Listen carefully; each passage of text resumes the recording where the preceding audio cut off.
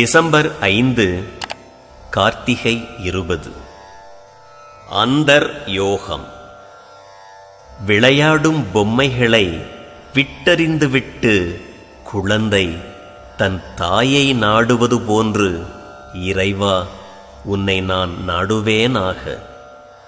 காலமெல்லாம் மனிதன் உலக வியவகாரத்தில் மூழ்கியிருப்பது பொருந்தாது.